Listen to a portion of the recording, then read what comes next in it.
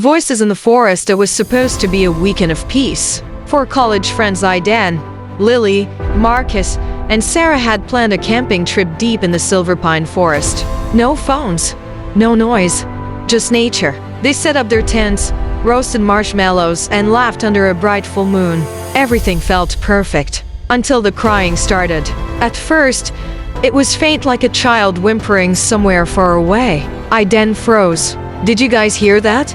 he whispered. Lily frowned. Probably an animal.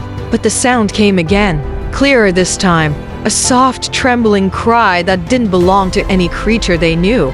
It was the unmistakable sob of a young child. Sarah's heart sank. "We should help. What if someone's lost?"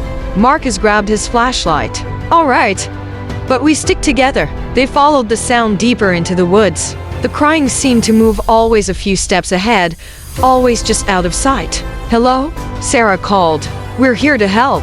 No answer, only that faint voice, now whispering between sobs. After half an hour of walking, the trees grew denser. The moonlight vanished behind thick branches, and fog began to rise from the ground. Their flashlights flickered. The sound of crying now echoed from all directions, left, right, behind them. Lily clutched Aiden's arm. "Something's wrong. It sounds like more than one voice." They turned around, but the path behind them was gone.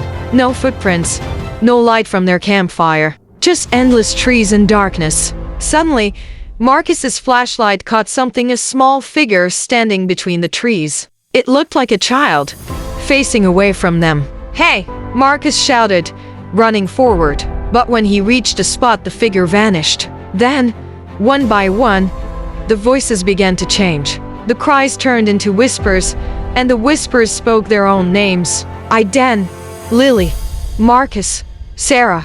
Their blood ran cold. Sarah screamed, "Run!" They bolted through the woods, branches tearing at their clothes. The whispers followed them, growing louder, closer, now echoing like laughter. The forest seemed endless, the trees twisting and shifting as they ran.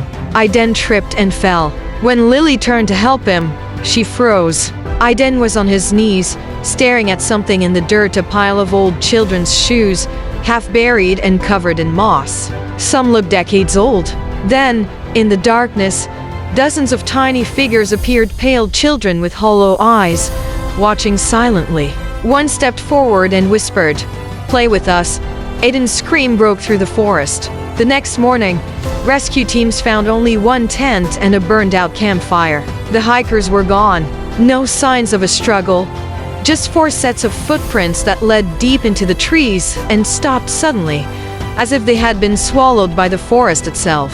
Locals say that on quiet nights, if you stand near Silverpine's edge, you can still hear children crying. But if you listen too closely, the voices start to sound familiar, whispering your own name. And if you answer back, you'll never leave the forest again. Moral: some cries for help aren't meant to be answered, because not everything lost in the forest wants to be found.